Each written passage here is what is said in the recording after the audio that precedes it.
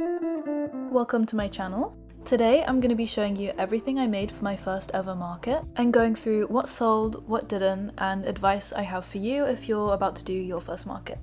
A lot of the stock that I was bringing I had already made, but a couple of days before I decided to make some more things, and I made these 3 leggy froggies, and I wanted to make more but I ran out of safety eyes. I also made these 3 white tulips.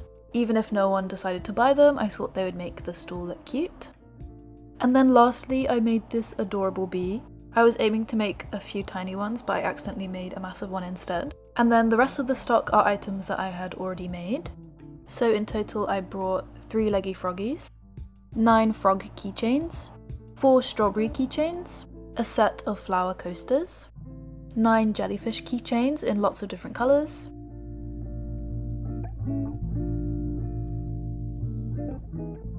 a Totoro, a cute duck, 2 fish keychains, 5 star keychains, 24 different fruit slice keychains,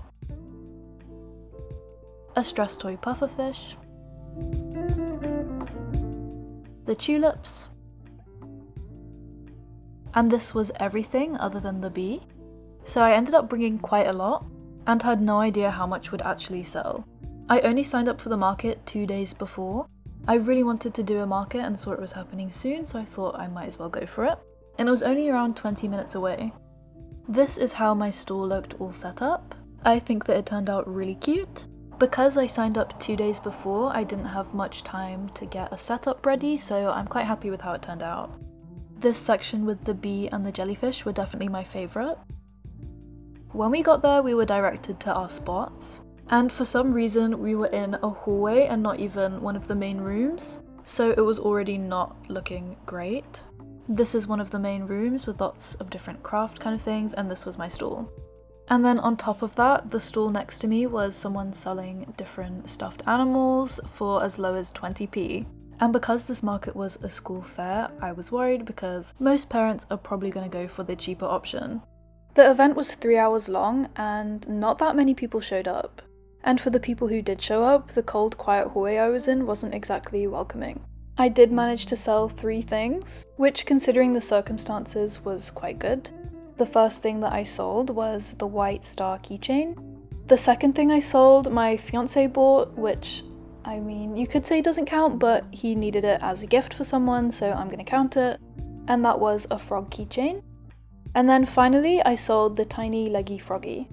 The fee for the stall was also £10, so while I didn't end up making a profit, it was a good experience and at least I broke even. Something that I was surprised about was that not many people seemed interested in the leggy frogs. No one picked them up even when I moved them to the front of the stall to try and get people to look at them. Something I do recommend is having a few characters such as Totoro or Jake the dog. This is because people know and recognise them and it gives you something to talk about. The fruit keychains were very popular. Even though they didn't sell, they were the item that most people picked up and commented on how cute they were or how much they liked them. You can also see some ceramic pots on my stall, which are some that my mum made and wanted to see if any of those sold. They had quite a lot of interest, but they didn't. I would also suggest having a big item like the bee that I made, because I think that it definitely drew people's eyes in, and there were quite a few comments about it. This experience, although it wasn't the best, hasn't put me off doing markets.